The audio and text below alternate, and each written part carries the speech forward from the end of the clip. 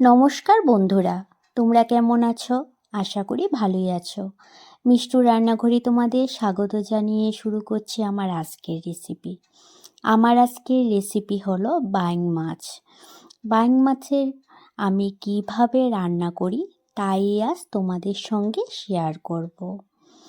এখানে আমি বাইং মাছ রান্না করার জন্য এখানে বড় সাইজের দুটো বাইং মাছ নিয়েছি। মাছগুলি বাজার থেকে চামড়াগুলি ছাড়িয়ে নিয়ে এনেছে। এখন আমি এগুলিকে ছোট ছোট টুকরো করে নিয়েছি।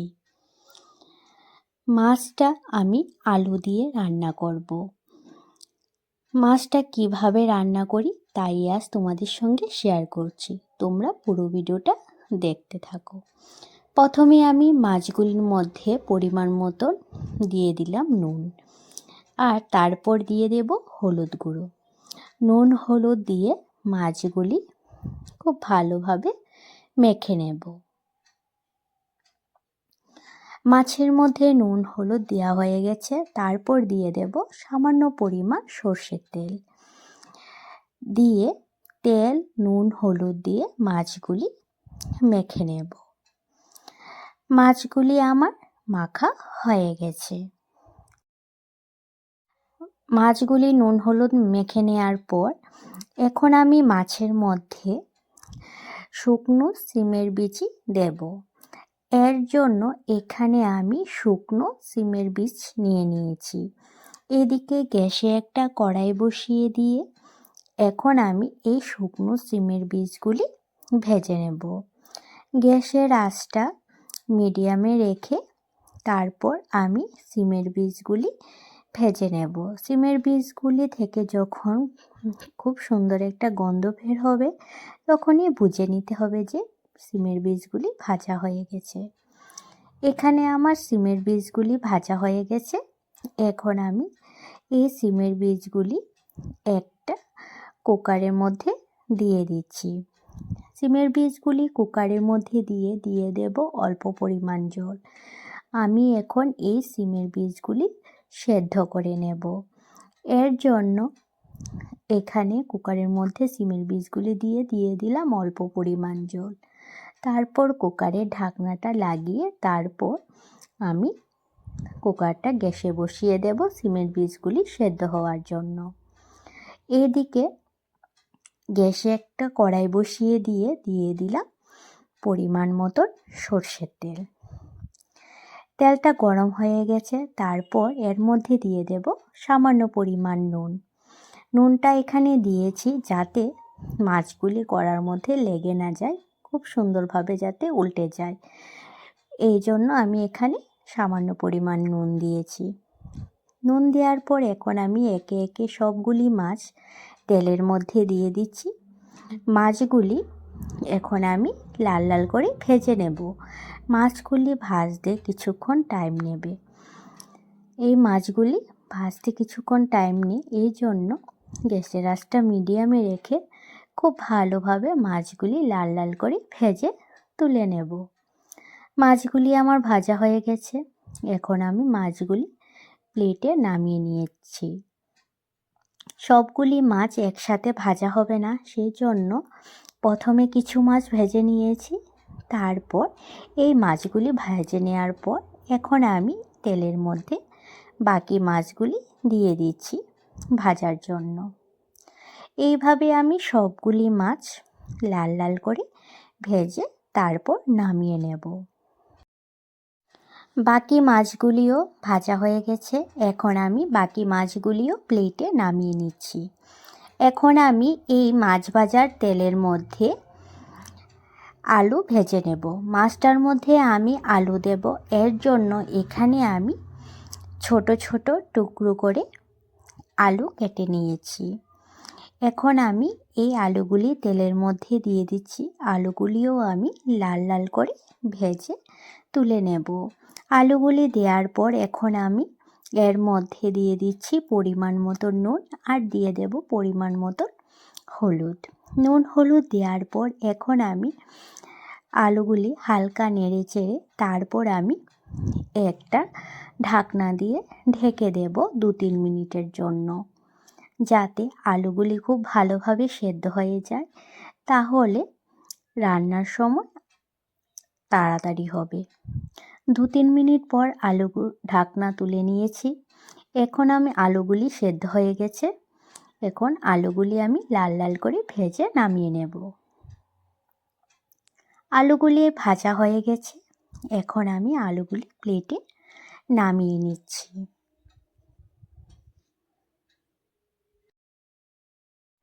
আলুগুলি প্লেটে নামিয়ে নেওয়ার পর এদিকে আমার সিমের বীজগুলি সেদ্ধ হয়ে গেছে।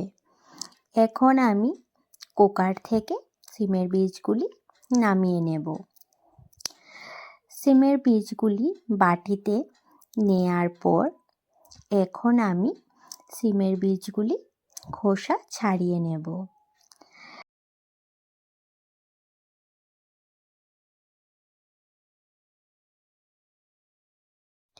সবগুলি সিমের বীজের খোসা ছাড়িয়ে নেওয়ার পর এখন আমি এই সিমের বীজগুলি মিক্সিং জারের বাটিতে দিয়ে তারপর গুঁড়ো করে নেব। মিক্সিং জারের বাটিতে আমি সিমের বীজগুলি দিয়ে দিয়েছি। সিমের বীজগুলি আমি এমনভাবে গুঁড়ো করব যাতে কিছু দানা দানা থাকে, পুরো প্লেন করে গুঁড়ো করব না। এখানে সিমের বীজগুলি গুঁড়ো করা হয়ে গেছে। এই দিকে কড়ার মধ্যে আমি দিয়ে দেব আরও অল্প পরিমাণ তেল। এই রান্নাটায় তেলের পরিমাণটা সামান্য বেশি দিতে হবে। তারপর তেলটা গরম হয়ে যাওয়ার পর এখন আমি এর মধ্যে দিয়ে দিচ্ছি 2টো শুকনো লঙ্কা আর তেজপাতা। তারপর এর মধ্যে দিয়ে দেব টুকরো করে রাখা পেঁয়াজ। এখন আমি পেঁয়াজগুলি ভেজে নেব। পেঁয়াজগুলি যখন হালকা বাদামি রঙের হয়ে আসবে তখন আমি এর মধ্যে দিয়ে দেব পেঁয়াজ বাটা। পেঁয়াজগুলি ভাজা হয়ে গেছে। এখন আমি এর মধ্যে দিয়ে দিচ্ছি 2 চামচ পেঁয়াজ বাটা।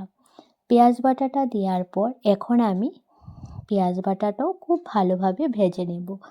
পেঁয়াজ বাটাটা যখন ভালোভাবে ভেজে নিব তারপর এর মধ্যে আমি একে একে সবগুলি মশলা দিয়ে দেব। পেঁয়াজ বাটা ভাজা হয়ে গেছে। এখন আমি এর মধ্যে দিয়ে দিচ্ছি 1 চামচ জিরে আর ধনে বাটা। জিরে ধনে বাটা একসাথে বেটে নিয়েছি।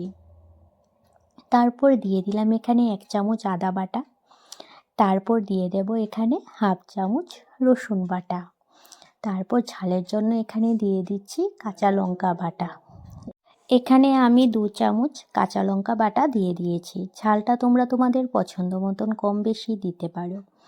তারপর আমি এখানে দিয়ে দিচ্ছি কালারের জন্য কাশ্মীরি লঙ্কার গুঁড়ো। এখানে আমি 1/2 চামচ কাশ্মীরি লঙ্কার গুঁড়ো দিয়ে দিয়েছি। এখন সবগুলি মশলা দেওয়া হয়ে গেছে। এখন আমি মশলাগুলি খুব ভালোভাবে কষিয়ে নেব। মশলা থেকে যখন তেল ছাড়বে তখন বুঝে নিতে হবে যে মশলাটা কষানো হয়ে গেছে। মশলাটা আমার কষানো হয়ে গেছে। মশলা থেকে তেলও ছাড়তে শুরু করে দিয়েছে। এখন আমি দিয়ে দেব এখানে ভেজে রাখা আলুগুলি দেওয়ার পর এখন আমি এর মধ্যে দিয়ে দেব পরিমাণ মতো নুন আর হলুদ। এখানে আমি 1 চামচ হলুদ দিয়ে দিয়েছি আর দিয়ে দেব 1/2 চামচ নুন হলুদ দিয়ে তারপর আলু দিয়ে দেব এখানে সিমের বীজগুলি যে গুঁড়ো করে দিয়ে রেখেছিলাম সেই সিমের বীজের গুঁড়ো দেওয়ার পর এখন মশলার সাথে আলুটা আরও কিছুক্ষণ কষিয়ে নেব। আলুটা কষানো হয়ে গেলে তারপর এর মধ্যে দিয়ে দেব পরিমাণ মতন জল। আলুটা মশলার সাথে কষানো হয়ে গেছে। এখন আমি এর মধ্যে দিয়ে দেব পরিমাণ মতন জল।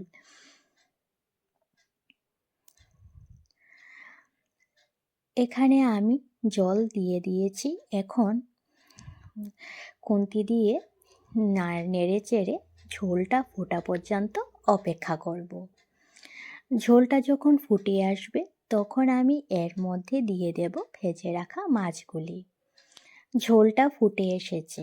এখন আমি এর মধ্যে দিয়ে দিচ্ছি ভেজে রাখা মাছগুলি দেওয়ার পর এখন আর 3-4 মিনিটের মতন রান্না করলে আমার রান্নাটা হয়ে যাবে। আমার এই রেসিপিটি তোমাদের কাছে কেমন লেগেছে তোমরা অবশ্যই জানাবে। আর ভালো লাগলে লাইক আর সাবস্ক্রাইব করে দিও। আমার ফেসবুক পেজ মিষ্টু রান্নাঘর, এই পেজটি ফলো করে দিও। ফেসবুক পেজের লিঙ্ক আমি ডিসক্রিপশানে দিয়ে দিয়েছি। রান্নাটা আমার হয়ে গেছে। নামানোর আগে আমি দিয়ে দিচ্ছি এখানে গরম মশলা বাটা। গরম মশলা বাটা দেওয়ার পর এখন আমি রান্নাটা নামিয়ে নেব। আমার রেসিপিটি যদি তোমাদের কাছে ভালো লেগে থাকে তাহলে বাড়িতে অবশ্যই একবার বানিয়ে খাবে, দেখবে খেতে খুব অসাধারণ হয়। আর বাড়ির সবাইকে যদি রান্না করে খাওয়াও, দেখবে সবাই তোমার প্রশংসায় পঞ্চমুখ হবে। রান্নাটা আমার হয়ে গেছে, এখন আমি বাটিতে নামিয়ে নিচ্ছি।